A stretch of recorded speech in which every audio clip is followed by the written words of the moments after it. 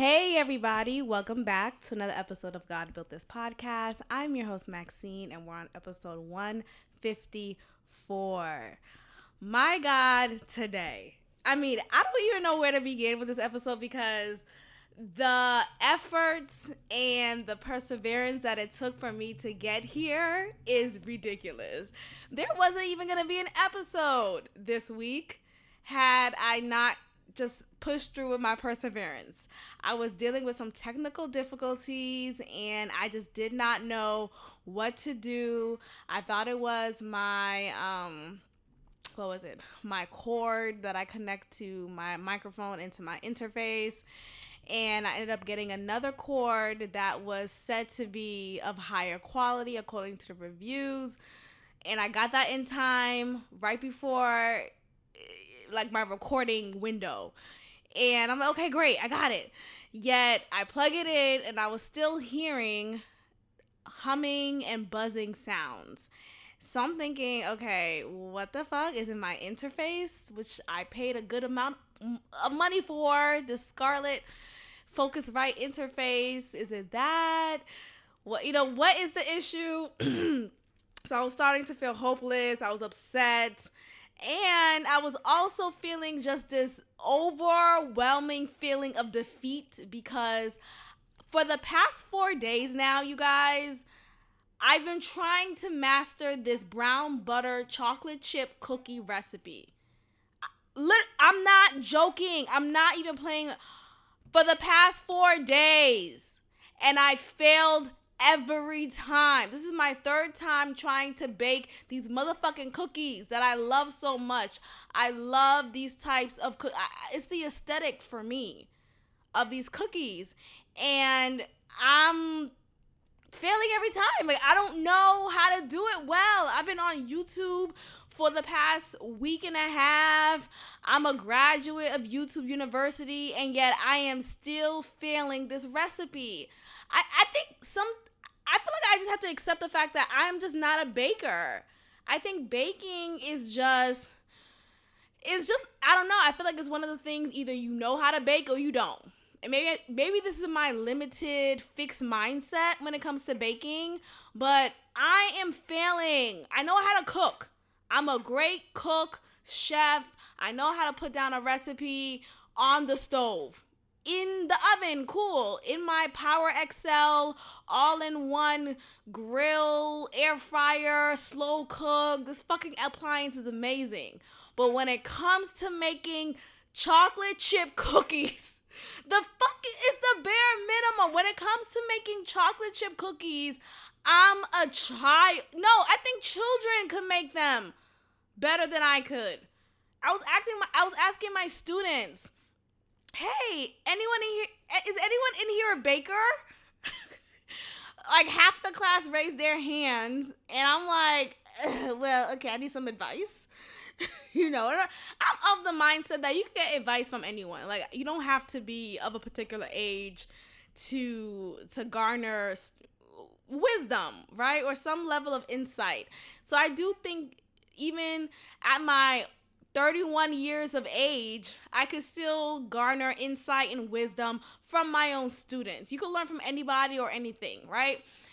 And yet, half of my class are bakers, and I just cannot for the life of me conquer this brown butter chocolate chip cookie recipe. And I'm talking about a specific type of chocolate chip cookie. I'm not talking about the Nestle Toll House, little chef, little white button ghost guy type of chocolate cookie. No, I'm talking about look it up, brown butter chocolate chip cookie. And yet, every time I put the recipe together, it's been anyway, so I'm feeling all these feelings of defeat. Like, damn, I'm not going to be able to publish or produce an episode this week. And I wanted to also prepare for the following week, and this is going to hold me up. And I was thinking, like, oh my gosh, I'm going to have to purchase another equipment for my podcast, which is, yes, an investment that I would happily do, but shit adds up. This is a one-woman show. I am my own producer. I am the host. I'm the creator. I'm the show notes runner. I'm the assistant. Like I'm everything. This is on me. This is on fucking me. This is on me. Okay? So whenever I feel like I am failing myself, it really just, it's a down, like, it's a down time for me. Like, I am just upset. Like, I was literally in the brink of tears, and I was just like, I'm just a fucking failure. I'm just whack. I'm corny. I'm whack. I can't do anything. You know, here comes the slew of negative thoughts. I can't even bake these brown butter chocolate chip cookies. Oh, I want to conquer this recipe. I don't know. I just want to really defeat this obstacle, but it's just ridiculously aggravating. You know, there's a science to baking. Why isn't there a science to cooking? Like, why is cooking so easy and therapeutic and fun for me? Yet when it comes to baking, oh my God, I'm sweating. My armpits are drooling. My armpits are drooling because I'm so intimidated when it comes to baking. I can't bake for the life of me. Now you may think, dang, didn't you bake when you was a kid? Did you not have a father? Yes, I have a father. Still to this day, thank God. I have a mother. And I mean, yeah, we baked here and there, but it wasn't like a thing that we did regularly. Baking wasn't an essential part of our household. We cooked to eat. Like, you know what I mean? Like, we don't bake to live off of. Like, I'm most not gonna bake some cookies so that we could get through the next few days. No, she's cooking meals. She's on the stovetop cooking the next Haitian recipe. No one's really like mastering the art of baking in my home growing up because it wasn't a part of our survival tactic. So that's why I am not the baker that I would like to be specifically for this recipe. Like, I don't really give a fuck about anything else. Like, I don't want to bake a cake. I don't care about that. I'm not trying to make cupcakes. I just want to make brown butter chocolate chip cookies. Like, I just want to conquer this recipe. And for some reason, I don't know, I think maybe I just need a personal baker to literally walk me through the steps. Walk me through the steps. Look, I hope I'm not boring you guys with this part of the conversation, but like, this is really bothering me, and I have to be transparent on this podcast. So that is how I've been feeling the past few days. And just now, but I am happy that finally the sound is better, and I hope it's sounding better to you, but it's sounding better here on my end. So I'm assuming it's the same for y'all. Let's move forward before I start crying about these brown butter chocolate chip cookies recipe fail that I am just an expert at. Like, if you want to know how to fail at making chocolate chip cookies, ask me. I got you. Okay, SVU, Law and Order. Let's talk about this show that I love so dearly, that I know is pushing a propaganda like no other. My God, today. Wow. So I've been catching up on Law and Order SVU because that's my shit. And I used to watch the show.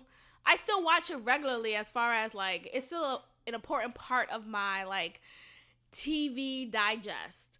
But I've been not as consistent weekly with it. So the past weekend, I've been binging off of the past few episodes. So like the past weekend, I've been literally watching 7 episodes straight of this current season 23.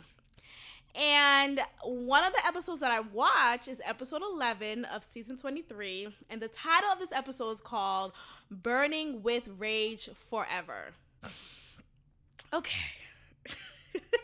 Now, let's talk about why I love SVU, because I'm gonna start off with love, and then I'm gonna go ahead and get into my critique. Okay, because the agenda is in your face. Oh my God, today. My gosh. So in episode, why do I love, okay, I love SVU because the writing is very engaging. If you look down on your phone for 2 minutes, you miss the whole fucking plot. Like, everything just changes at an instant. You are suddenly in a new character's perspective, and a new case was unraveled. It's an interesting way to develop a storyline. So I find it great because it keeps you on your toes, and it's one of the few shows that I watch that I really am watching intently and actively. Like, my phone is down and I'm into it. So I'm really into the episodes. I'm really into the characters, and I've grown with these characters, and many of these characters, a few of them, well, most of them at this point, are not the same characters that were on the show from the very beginning, but still the characters who have replaced the day one characters have been in this show for a good 7 to 10 years. And so they've grown with me as well. I've gotten to know them on a character level, and I've just created this relationship with them in my head. So anyway, it's just great to see them grow and develop new relationships. This is, I don't know, you know, when you're so connected to a show, this is what you do. Anyway, so this is how and why I love Law and Order SVU. They tackle, of course, very relevant topics because it's a show about special victims units. Is of course going to cover sexual assault, sexual misconduct on any and every level. So you could have a male coach who is too close to his male athletes, and he's taken a liking to a couple of them who come from a broken home, and he's taken advantage of them sexually, emotionally, etc., right? And then you have another plot of sex trafficking. This woman who's a madame, she is really into her business, and she doesn't give a fuck if she's sex trafficking 14-year-olds. It's all about the money, right? So you have so many different storylines, and it's exciting. It's like, oh my gosh. And it's relevant, it's relative in so many ways.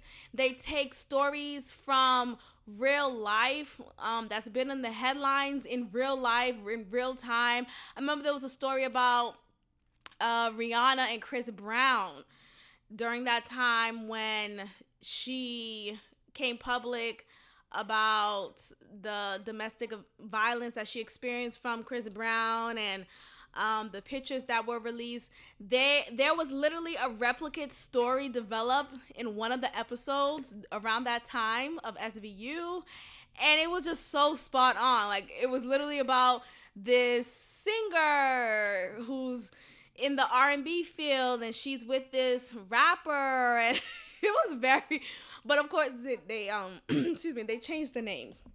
Anyway, I love this show, okay?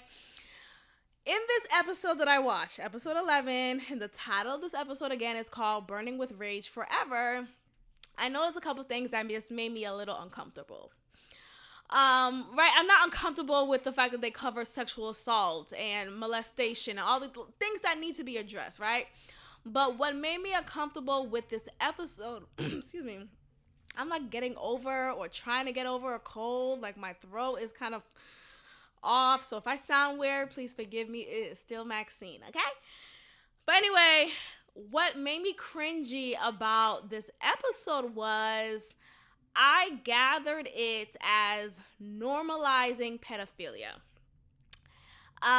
There were different themes and instances developed in this episode that made it so that they were normalizing and trying to understand, which naturally leads into normalizing pedophilia, right? If once you understand someone's behavior, you then excuse it. You then give them some level of validation, like, oh, look, he's been through a hard time.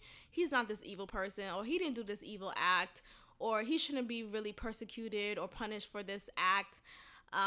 Just don't worry about it, type of thing, right? So, like, typically when you understand someone's poor behavior, you will eventually excuse it, not make it the big deal that it should be made to be, and it lessens the impact of their heinous act.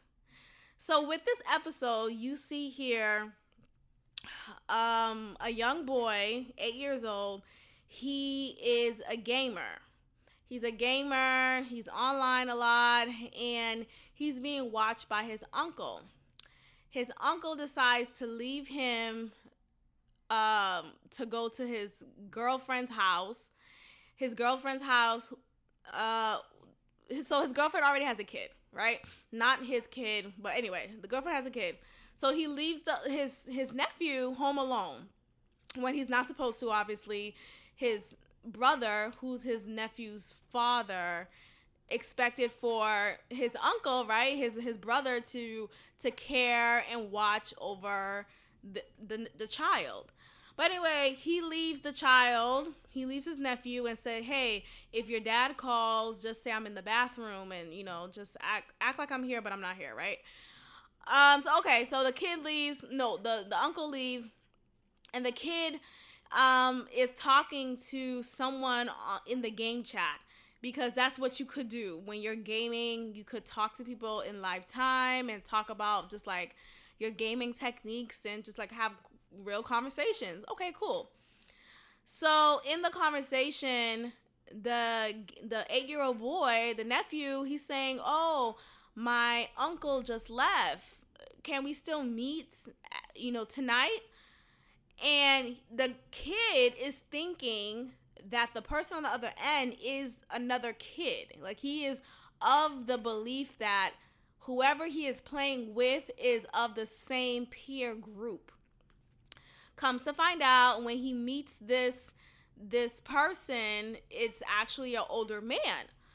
But he gets tricked into his care, because the older man says, oh yeah, my son told me about you. We're gonna just meet up at my house. My son I'm gonna pick him up later. He's in the library still finishing up homework. And as an 8-year-old, or naturally being naive, you're going to fall victim to this trickery. And that's what he did. So he gets in the car of this strange old guy, and he is just still of the mindset that, okay, well, I'm just getting picked up by the kid's dad. It shouldn't be a big deal, right? I'm just getting picked up by the dad. I've gotten picked up by dads before, or mothers or parents before. It shouldn't be an issue. So they arrive to the house, and okay, spoiler alert, right? I'm telling you the whole story, but there's a purpose behind this. So they get to the guy's house. He clearly doesn't have a kid. He is the kid, right? He's in an Arrested Development type of thing, and he's so excited to have this 8-year-old in his presence, in his privacy of his home. So, okay, boom, boom, boom. He rapes him. Horrible, right? So what happens next? Okay, so what happens next is we learn that the uncle, he feels horrible, right? He feels like just a horrible caregiver. He was supposed to watch over his nephew, but he didn't. And because he didn't watch over his nephew, his nephew got raped, right? Oh my gosh, yeah, I'm killing you, right? So he's feeling bad about it. He then learns about where this pedophile lives, and he goes to his house and attacks him. He didn't attack him to his death, but he attacked him very close enough to his death. So we learned that the uncle, he said a couple of things in his interrogation with the police, and say, yeah, he has a video of my nephew, and he took a video of him, whatever. And okay, whatever. So he's on trial. Now the plot changes into oh, the uncle should have never done that because, you're supposed to leave the justice into the court, right? The court of law should take care of pedophiles and, just lawbreakers, criminals, etc. So now the uncle is fighting for his justice and trying to not get prison sentence because of him defending his nephew who got raped by this pedophile. So now we're going through this part of the episode. So now, because it's a big case, the uncle is shown on TV. So remember when I tell you the uncle left his nephew to be with his girlfriend who already has a kid of her own? So when he went to his girlfriend's house, it was him, his girlfriend, and his girlfriend's son. Okay? So we come to find out that at a later point in the episode, the son of the girlfriend sees the uncle on TV and had a very visceral reaction to that, to the man, to the uncle. And he says to his mom, tell him to stop hurting me. He touches me and it's bad touch and I hate it, whatever. So we learn that the uncle has molested the son of his girlfriend. Yeah, this is how SVU is. Like, damn, where are we going next? Like, where is the next stop? This is how SVU is, okay? But anyway, it's obviously engaging. You have to be on your toes. It took me a second to look at the screen. I'm like, wait, what just happened? He's the rapist? But he want to get mad at the other pedophile who raped his nephew? Which one is it? So anyway, we learned that the uncle is indeed a pedophile himself. So he's about to kill himself in a couple of scenes. Stay with me, y'all. The uncle's about to kill himself in the next couple of scenes. And he's at the top of a rooftop.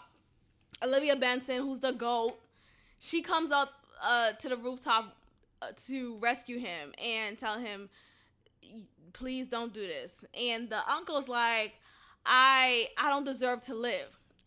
And Benson's saying, I'm actually happy that you said that because it shows that you are remorseful, essentially, for what you did to that little boy. And the uncle said he's never going to get over it. He's never going to move on. He's never going to live a normal life after what I did to him. And Olivia Benson said, that's not true. How do you know that to be true? And the uncle says, because it happened to me and I've never moved on from it. I've never gotten over it. I live a terrible life. And then boom. Now we hear Olivia Benson saying, I'm so sorry what happened to you and you didn't deserve that. Like, now she's showing him sympathy, right? Now it's no longer, oh my gosh, you are this disgusting pedophile who raped a child. Now you are excused for your rape of a child because you were raped as a child. And she said something along the lines, she said the word understand. She's like, now that I understand you, or now I understand why, what happened to you and why it turned out to be what it is. I guess she was trying to excuse it, essentially. And okay, now we're in the next scene. He's in the hospital. He ends up not killing himself, not jumping off the roof, or slicing himself up with a knife because he had a knife while he was on the roof. So he goes, so he's in the hospital now, getting taken care of. And now it's clear that, okay, obviously everyone else knows that he was, that he raped that child of his girlfriend, and that he was a victim of sexual assault as well when he was a child. So the next scene, we see the brother, who is the father of the nephew, right? The nephew who got raped by, you got it, right? So anyway, we see the brother, he's in the lobby, and he's just like sad, kind of, and he's saying how he never knew his brother went through that. And he just feels sorry. He feels sympathy for his brother. And I'm just watching the scene like, wait, what happened to the fact that his brother raped someone? Hello? Did we miss that? Hello, is my mic on? Did we miss that? What happened to the fact that his brother still raped a child? And look, I'm not saying this to disregard the factuality of cycle of abuse, right? Like, unfortunately, typically, when one is abusing others, that is because that one has been abused, him or herself. That's typically how it is. Like, if you want to look at it statistically, that's typically the case. Now, does that disregard their acts of pedophilia? I don't think it should, right? I think two things could be true at once. Like, okay, I'm sorry for what happened to you when you were a child, and I'm sorry that you never was able to move on from it and heal and grow from that horrid experience. But I also hate that you inflicted that same abuse to another helpless child. Right? Like, I don't know how to process this, right? Like, I think, I think because I am naturally compassionate. I do show compassion even to those I feel like, damn, I really shouldn't give a fuck about you. But I like to be understanding. I like to look at things holistically. But the way that they developed this plot line in this episode, and just the turn of events recently in the media, just in our world, I think there's been a subtle or maybe not so subtle push to accept and understand and normalize pedophilia, so much so that this episode, though it provides a just a different perspective to understand how cycles of abuse work, it still makes me uncomfortable because of the agenda that this world does play, right? In certain media outlets and certain shows and movies, how they develop certain things to normalize evil, disturbing behavior. So I feel like even if Dick Wolf, who is the creator of Law and Order SVU and all the Law and Orders, even if his intent was to genuinely provide just an understanding of what cyclical abuse looks like, I think, though, it was just hard for me to grasp because what the fuck, nigga? Like what are we doing? Like I just think it's hard to accept that. It's one thing to I don't know. I feel like even saying understanding makes it normalizing. So I'm still processing it, but the whole episode just made me just question what the fuck was going on, because the sudden shift in hatred for this uncle because he neglected his nephew. He left his nephew alone, this 8-year-old child alone by himself. And of course, a kid will do what a kid does. And because of his negligence, the kid ended up getting raped by a pedophile. Okay. And now we learn that the uncle is indeed a pedophile as well. Like, I'm sorry, what? Where is the happy home? I get it, it's SVU, but like, my God, today, it was just a lot. It was a lot going on. I just could not accept the fact that they were trying to, on some level, normalize the pedophilia. So yeah, I really just feel like the episode and how it was just written and developed, it just made me uncomfortable. It made me uncomfortable, and considering just a couple of months ago, I talked about MAPS.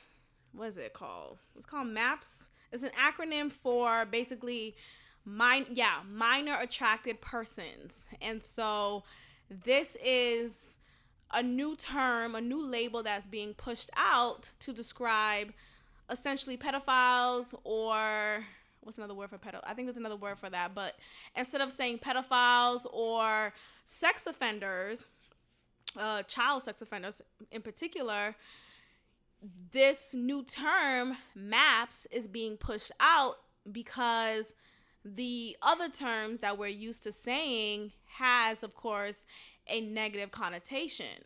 And so the purpose of MAPS is to normalize basically persons who are attracted to minors. And of course, all of this is uncomfortable. It is disturbing. It's just a step. It's an intended step. It's a conscious step to push forward this agenda of normalizing sex with children, rape, children.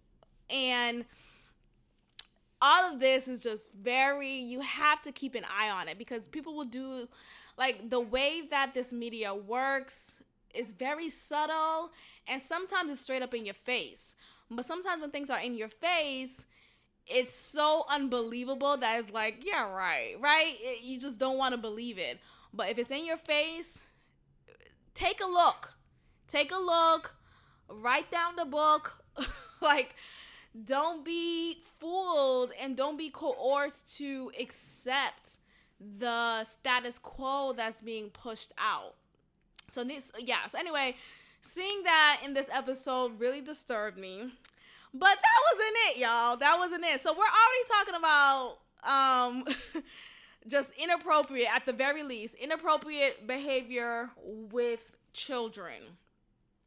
Now we get towards the end of the episode, and we see Noah, who is the son of Olivia Benson, Noah is the adopted son of Olivia Benson. She adopted him after, I guess she rescued him. It was a while ago, seasons ago, but she rescued him during a sex trafficking ring and just created an attachment to him. She learned that the child's biological parents are just not equipped to take care of him, so she just went through the courts to adopt a child, and she wanted to get a child anyway, so it worked out, right? So she is now the mother of this child, this young boy named Noah. We see him grow from a baby to a toddler to the young boy that he is. So he's like probably in 4th grade, maybe younger, probably 3rd grade, 2nd grade. He's young. He's a young kid. And, oh, Lord. So we see a scene of him talking to his mom, Olivia Benson, and says to her very casually that he's bisexual. And I'm like, here the fuck we go. Here the fuck we go. Okay, what's going on now? Here the fuck we go. Okay. I mean, if it's not in your face, then where is it? Can someone answer that for me? If it's not in your face, then where is it? Because my God, today, this 8-year-old child says he's bisexual. Do you even know where your dick is, little boy? Huh? Do you even know where your neck is? Yes, Maxine. Yes, of course he does. The point of what I'm saying is you don't even know anything. Shut the fuck up. It's like, can we stop? But yeah, you have these schools, certain schools that are pushing forward sexual identity as part of their core agenda, okay? As part of the core curriculum, and is infiltrating the minds of young children, making them believe that they are whatever it is is being taught to them, right? So they're learning about transgenderism. They're learning about bisexuality. They're learning about homosexuality. They're learning about all of these others, right? And because we live in a time when things are just what they are and you just have to accept them for what it is, and if you don't accept it for what it is, then you're a phobe of whatever that is. So you're a transphobe, you're a homophobe, you're a bisexual phobe, like you're all of those phobes.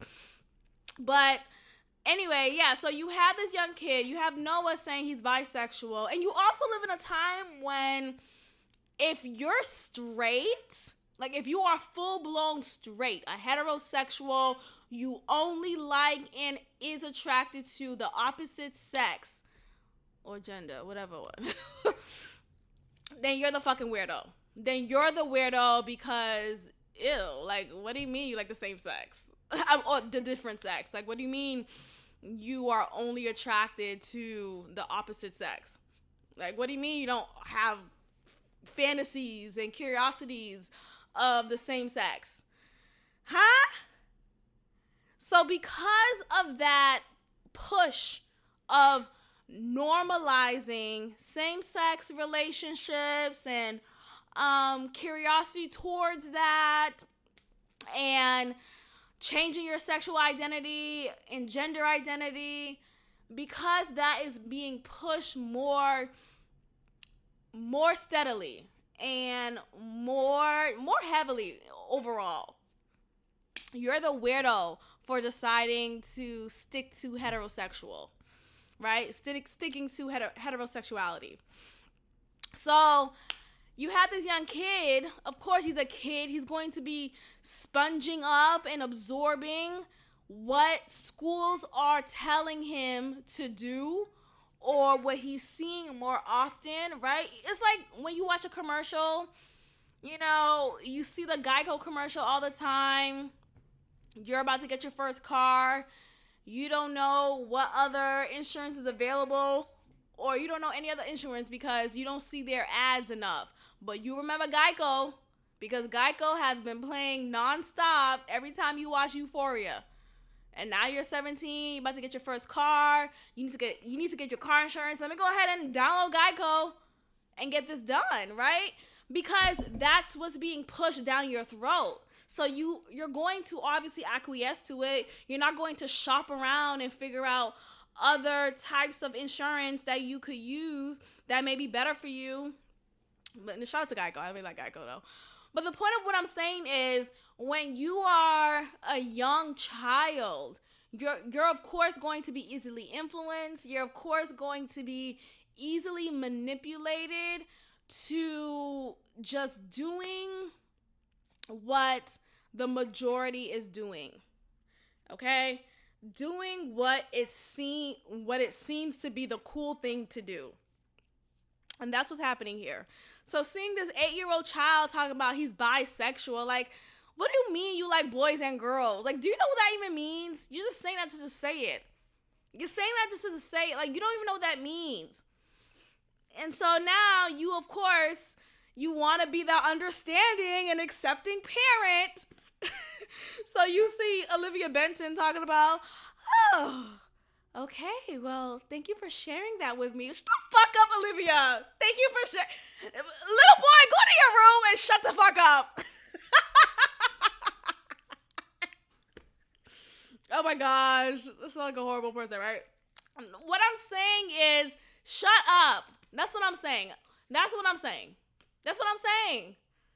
And I'm not changing my mind on that. We have to protect our minds. We have to protect our children. We have to protect what information is being embedded into their spongy ass brains, because now they're going to get deceived and confused with their identity, with who they are, with what they like, etc., because, hey, a majority of my friends are transgenders, so maybe I am too. No, you're not. You're not. You're Noah. Like, cut it out. And look, by 18, if you really figure out, hey, I do like both sex, you know, or I really just like this one sex, It is what it is. But the point of what I'm saying is when you're a young child and you're experiencing confusion with your identity, I don't think that's healthy. I don't think you should have those feelings or those thoughts at such a young age. Instead, you should be focused on coloring within the lines.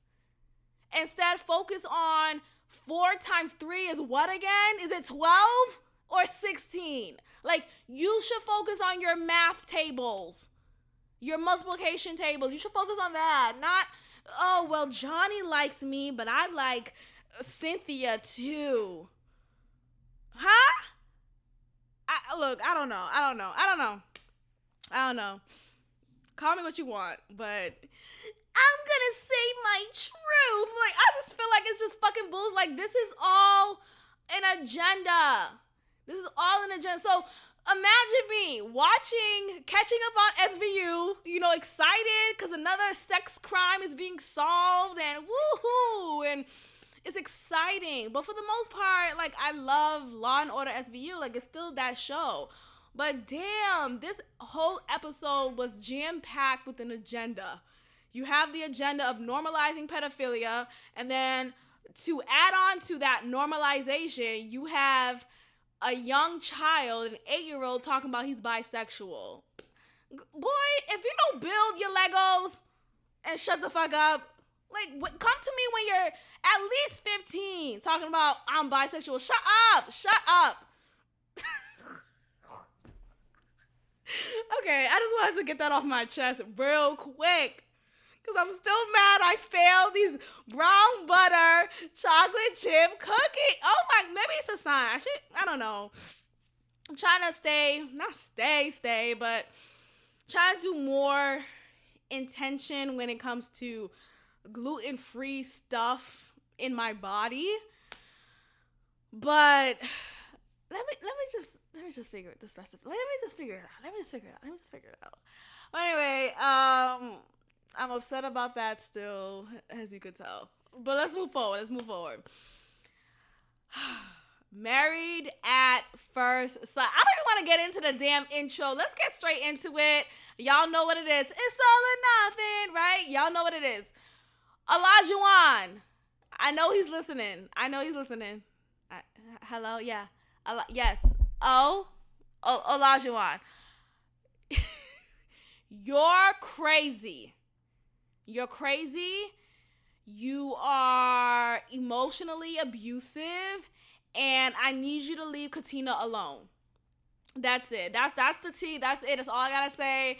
Because this past episode was disturbing beyond levels, and it brought me to a point of I'm probably not going to watch this show anymore. After the season, though. Let me just finish the season. Let me just finish it, though. Let me just see how it, what happens in decision day. Let me just finish it out. Do Jasmina and Michael say yes on decision day or not? Let me just finish it out, okay? But yeah, Olajuwon, my God, today.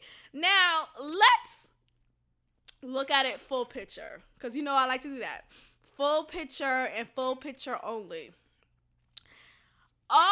In case you are not familiar with what took place, Olajuwon, as you guys know, if you've been watching, of course, you know that Olajuwon has been saying that he wants his wife to cook, to be more domesticated, to have a home-cooked meal for him ready to go every single day, at least, or every other day at the very least, because naturally you will have leftovers, but every 2 days at least, you should be cooking, right? Which on one hand, though, and that he was saying that he wants his wife to clean, basically very 1950s style, which maybe because I'm domesticated in that sense, I enjoy cooking, obviously not baking, because shit, why can't I get it right, y'all? I'm gonna be talking about these damn cookies throughout this episode, because I feel like a failure. Like, I know how to do everything else in my life, right? Or at least in some areas, like, I could improve, of course, but, like, these cookies, like, when I tell you it turned out like a fucking, like, it literally, I took it out the oven, and you know what I saw? I saw a joke. Everything just looked at like it was a joke. I saw the spelling of the word joke. Like, I took out the sheet tray, and it said joke. Okay? That's how poor these cookies turned out. And I'm thinking to myself, now what the fuck did I just make? Like, what did I do? Well, I followed the recipe step by step. And you know what I did wrong in my first and second attempt was when I was browning the butter, instead of letting it cool down after browning it on the stovetop, I immediately poured it onto the sugar mix. And that's what I shouldn't have done, because you're supposed to let it cool down, get to room temperature, and then pour it into the sugar mix. So once I figured that was my issue, I was like, okay, I'm going to get it the next time. Boom, boom. I got this. I'm a beast, right? So I'm like, okay, I'm going to leave it off the stovetop. I'm going to put the timer for 30 minutes. 30 minutes, dog. I got it. Yo. And then I poured it into the mix. I noticed that the texture was much better than before, because before, it was suddenly obviously so liquidy because of the hot ass brown butter. Instead of me letting it cool, I poured it right into it. So that was the issue. So now that I let it I let it just sit outside for room temp, I poured it into the sugar mix, and the texture turned out really well. Like, it turned out, it followed the videos that I was watching. So I'm like, okay, cool. So I'm like, okay, great. And what's interesting about this recipe is that you're supposed to, quote unquote, chill the dough, which means put it in the refrigerator for a good 12 hours at minimum. But really 48 hours is the recommended time. Chill it for 48 hours because you're supposed to age the dough, and it's going to achieve that aesthetic that you're looking to achieve for brown butter chocolate chip cookies. So I'm like, okay, bet. I got it. This is awesome. I'm that. Call me Betty Crocker, bitch. I'm her. Okay? I am she. So today's the day. 48 hours later, I come home from work. I'm like hype. Like, okay, this is it. Yes, God. I'm putting in the oven. Boom, boom, boom. I leave the oven light on to see the process in live time. And I'm like, okay, it's not looking like it's forming into the cookie that I am trying to achieve. Like, it's like looking like flapjacks, and it's looking like a mini cake. Like, what is this? Anyway, I say all that to say, Olajuwon wouldn't be happy with me either, because even though I know how to cook, maybe he likes a good brownie, and I'm over here making him cake every time. What is this? So he probably will be yelling at me too. But thank God, ain't no Olajuwon here, okay? Absolutely not. But anyway, Olajuwon likes his woman to be domesticated. Now, I write down the question, is O completely wrong? Yes, I asked the question. Hello? Is the mic on? Is O completely wrong? Maybe what I'm about to say sounds biased because of what I just said, right? I enjoy cooking. I enjoy cleaning, right? Like, I like organized space. I like cleanliness. I like order. So I wouldn't even see it as a big deal. Like, you wouldn't even have to tell me. You wouldn't have to fix your mouth to tell me to clean, because, nigga, my home is already clean. Like, my car is spotless, okay? Everything is clean. So it's not even a thing that you have to instruct me on. Yet, with Katina, I think she is still she's still immature in that setting, when it comes to self-preservation, because I look at cleaning, cooking, I see that as a form of self-preservation, which it really is. It's a way of self-preserving. And the fact that she doesn't know how to nor cares how to, I do find that to be a red flag. Now, I do see in Katina that she is a willing learner or participant in this area. Like, she wants to do better. She wants to please her husband. So I could see that growing, but I feel like that is not enough for Olajuwon because he wants his woman to already be there, right? He doesn't want to have to shape her into that role because she should already know how to cook and clean, which I agree with. Like, at the end of the day, I do agree with what he's saying when it comes to that. Like, why? Like, how are you a grown-ass man and I'm telling you how to manage your money? Like, I feel like certain things men should just know how to do. And even when it comes outside of, like, stereotypical things, right? I think a man should know how to cook and care for himself, right? Like, just natural self-preservation type of things, basic learning, basic survival skills. If you are an adult and you haven't mastered or care to master what it takes to adult, then that is alarming to me. That is very unattractive. Like, I wouldn't even engage with you further. Like, what? Oh, you don't know how to boil water? Okay. Like, that's disturbing to me. So I do understand the frustration with that. Now, what O is completely wrong with, he's not wrong with his desire for his wife to be mature on that level, but he is wrong with his delivery and his tone. His tone stinks, y'all. Like, he is so rude. And he said from the beginning that he could come off aggressive, and that's just how he talks, and he has ADHD. He has all these things that's wrong with him, and it's like, I don't give a fuck. Watch your fucking tone when you speak to me, nigga. How about that? I'll pull this car over right now. Okay? I will pull it over on the freeway right now, nigga. Watch your fucking tone. Hey, I remember I got in an argument with Leprechaun Bay years ago, right? Obviously. But I remember one time we were driving in his car. It wasn't my car. Either way, I think I was driving.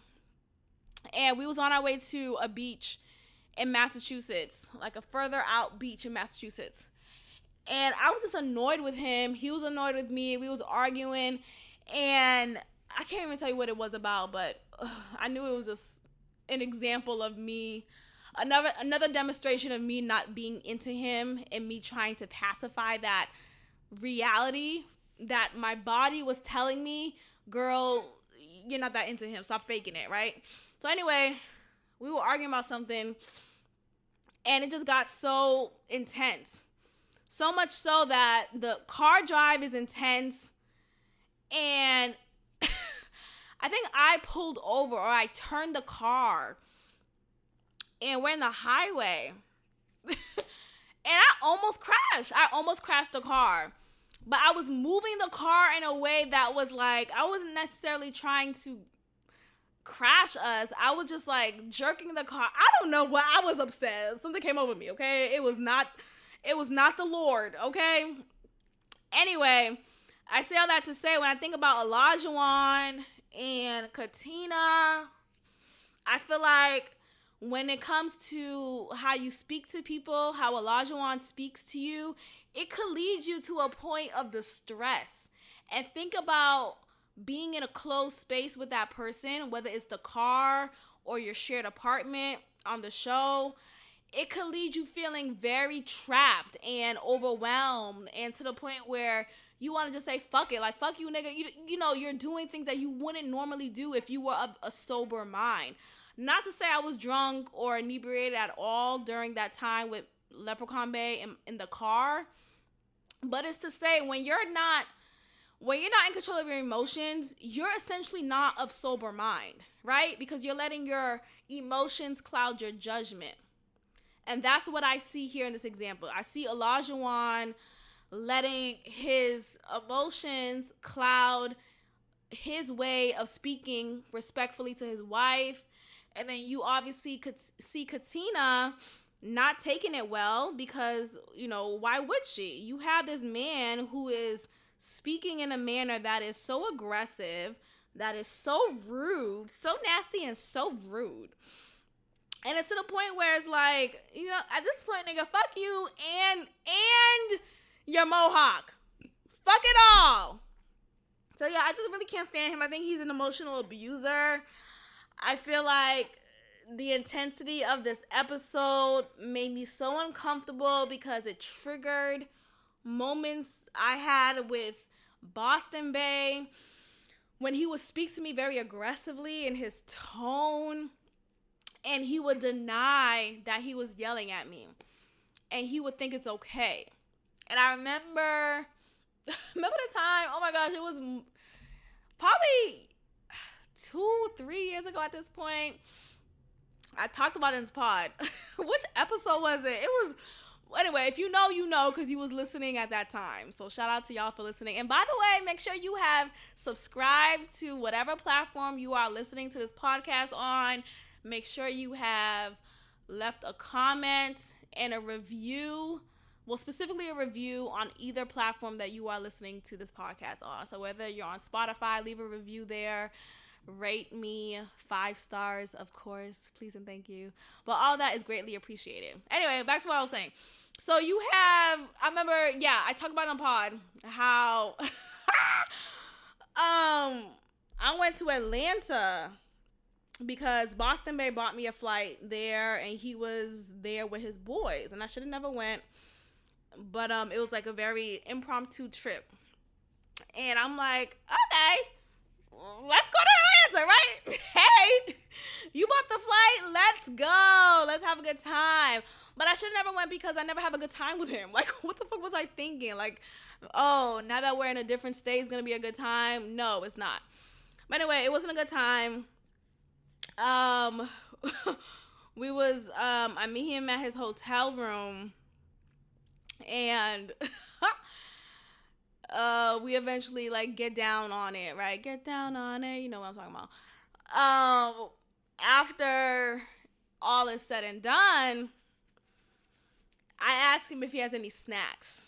And my God, if I knew that question was going to evoke a reaction from him, I would have just kept my mouth shut. I would have just kept my mouth shut like the abused woman I was. Like the battered woman that I was at that point. But it was a moment when, you know how you finish doing what you're doing and you feel the munchies or you're a little hungry. Like, I'm hungry. Do you have snacks? Anyway, it evoked a reaction from him. He's like, we just ate breakfast a couple of hours ago. Why are you hungry now? Like, just going off, y'all. And I'm like, I'm sorry. Did I call your mama a bitch? Hello? Did I call your mom a bitch? No, I didn't. Okay. Why are you talking to me like this? I didn't say that part, right? I just said, why are you talking to me like this? Like, why are you raising your voice? He's like, I'm not raising my voice. You're literally raising your voice while you're saying that, right? So it's just, anyway, I say all that to say, you have some people who just can't realize or accept the fact that, hey, I'm at fault here because I am speaking to you disrespectfully. And I think this is a shared experience that I feel like Olajuwon and Boston Bay have, is that they're naturally aggressive people. And that shouldn't excuse it, right? That shouldn't excuse their tone and their delivery when speaking to a woman who they love and find attractive or whatever. Like, that shouldn't excuse how you speak to that person. But in this case, that's what Boston Bay did. I remember he would say things like, that's how he talks and that's how he was raised and that's how he was spoken to when he was young. And so he just adopted that same tone and same X, Y, and Z, which is like, I don't give a fuck. Like, and going back to a previous episode, a couple of episodes ago, where I titled it, I don't care about your trauma. And I'm saying that in love, right? Like, I understand we all come from some level of trauma, some level of conflict in our upbringing, and it shaped us to be who we are. But I think, though, a lot of us like to use that as an excuse for their shitty behavior. And what I don't accept anymore is your trauma excuse. Sorry, I'm not your uncle who raped you. I'm not him. I'm not your mother who abandoned you. I'm not her. I'm not your father who hit you upside your head every time he came home from a drunken slur. I'm not any of those people who did wrong by you. I am Maxine today. Today, we met just 2 months ago, and you're speaking to me in a manner that is so disrespectful. Oh, because that's how you were raised? Because your dad hit you when you was 8 years old? I don't give a fuck. I don't give a fuck. Okay, so I think ultimately, that's the attitude I'm bringing forward in every relationship, because I bring it forward specifically if you are trying to excuse your shitty behavior by saying, well, shit, that's how my dad spoke to me, and it is what it is. Like, nah, nigga, go get help. So anyway, I think Olajuwon, I don't know about his dad. I don't remember if he talked about his dad. I know his mom is a white woman. He's close with his mom, but I don't remember anything being said about his dad. So I don't know if there's like a distant relationship there or any at all. What shaped him to be this aggressive person that he is? What influenced his ADHD? I think oftentimes when you see black kids with ADHD, ADD, something went wrong. I'm sorry, is that controversial to say? Something went wrong in your upbringing.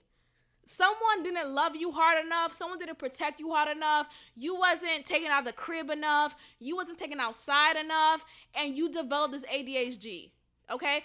Something that I read or listened to a couple of days ago was a surefire remedy to ADHD is being outside.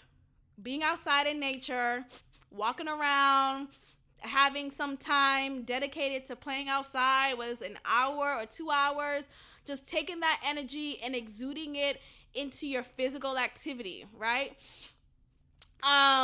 So that remedied the ADHD diagnosis or ADD diagnosis that these kids would get at a particular point before drugs was pushed down to our children.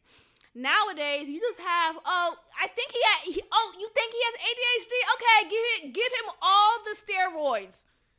Give him all the methadone-induced pills.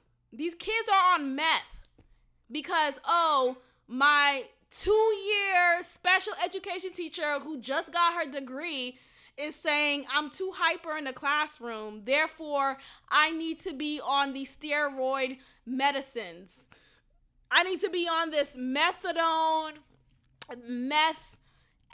crack-ass pills because this fresh from college special education major teacher says I move around too much in the classroom.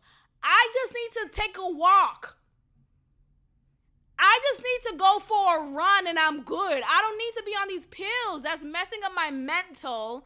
That is now having me rely on these medication for me to feel right and feel like myself or whatever that is now, because now I'm deceived. Okay? So now it's just like, it's very strange. It's very strange. So anyway, I say all that to say, I think oftentimes black men who have grown to be black men, right? And they are now still black men with ADHD, it's because something went terribly wrong in your childhood. Like you wasn't brought up right. Sorry. Hello? Yeah. I said what I said. Jasmina and Michael. Woo, Lord. Jasmina is full of shit. I don't think I ever said that before. Did I say that before? Did I make that clear earlier? Yeah, I'm going to say it again. Jasmina is full of shit. I used to think that, just last episode I talked about how Michael I found him a little annoying because he could be very negative, which I still agree with. I think he needs an attitude shift. I think he needs some active therapy sessions, and I think he is on the path towards that. I think he is someone who is very humble. He recognizes his flaws, and I think he is able to grow. As for Jasmina, she doesn't share any vulnerability. She doesn't share any of her shortcomings, and she is quick to chastise and speak condescendingly to Michael, and it's disturbing to watch. Like, damn, like, why she gotta be so mean to him? And it's one thing to just not be attracted to somebody, which I think that's the underlying reason to it all. I think she's just not attracted to him, which is like, it is what it is. But you don't have to be a bitch, though. You don't have to be a bitch. And I think that's really what she's showing right now. We see in this upcoming episode this week that she says outright that Michael doesn't make her pussy wet. Look, I mean, okay. Right.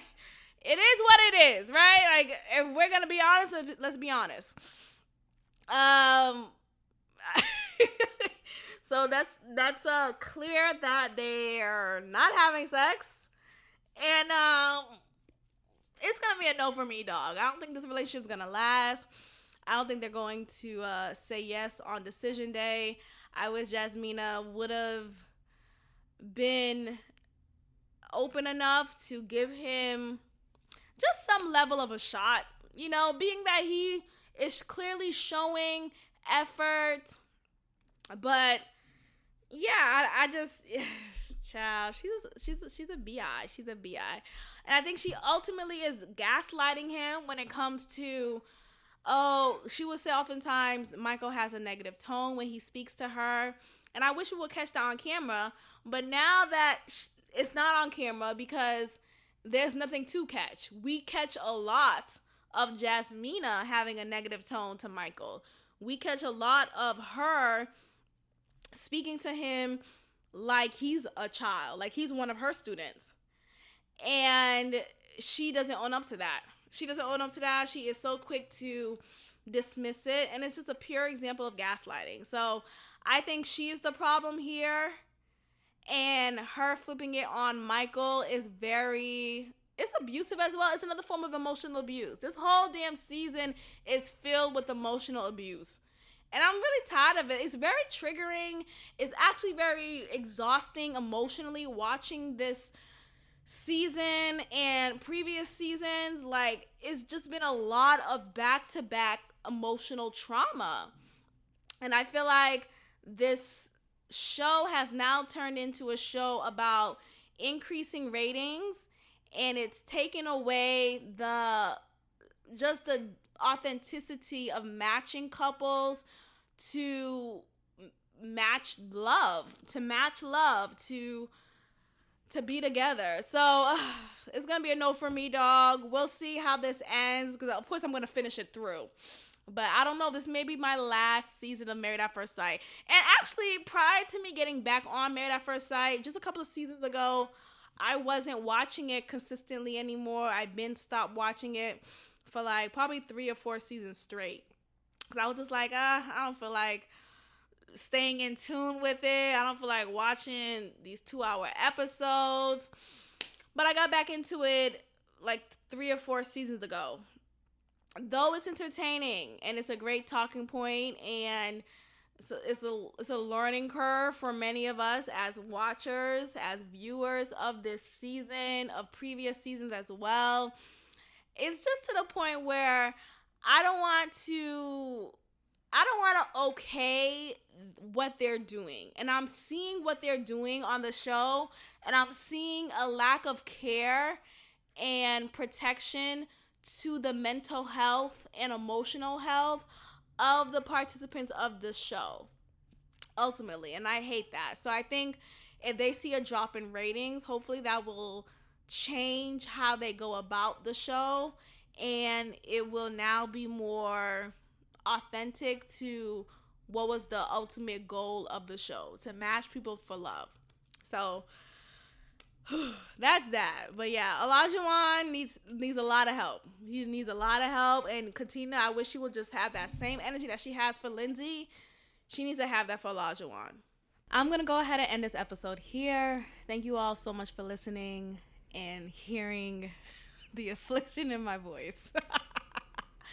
Oh, I tell you, I'm so grateful that this episode is here and it's out for you all to listen. I really, like I said earlier, I really didn't think it was going to happen, but God. But yeah, I'm grateful for every listener. Please, please, please, leave a review, a positive one, of course. Like and share this podcast with a peer, with anyone who you feel like needs to hear what I'm saying. And just continue to support however you can. Keep in mind, we do have a Patreon page. If you would like to hear exclusive content and see exclusive content, check out our Patreon page you'll see the link in our show notes. And that is all. Thank you again for listening. I will check in with you guys next time. Peace. Thank you for tuning in to another episode of God Built This Podcast with your host, Maxine. Be sure to leave a review, give me 5 stars, and of course, subscribe. Also, follow God Built This Podcast on Instagram at God Built This Pod. God bless.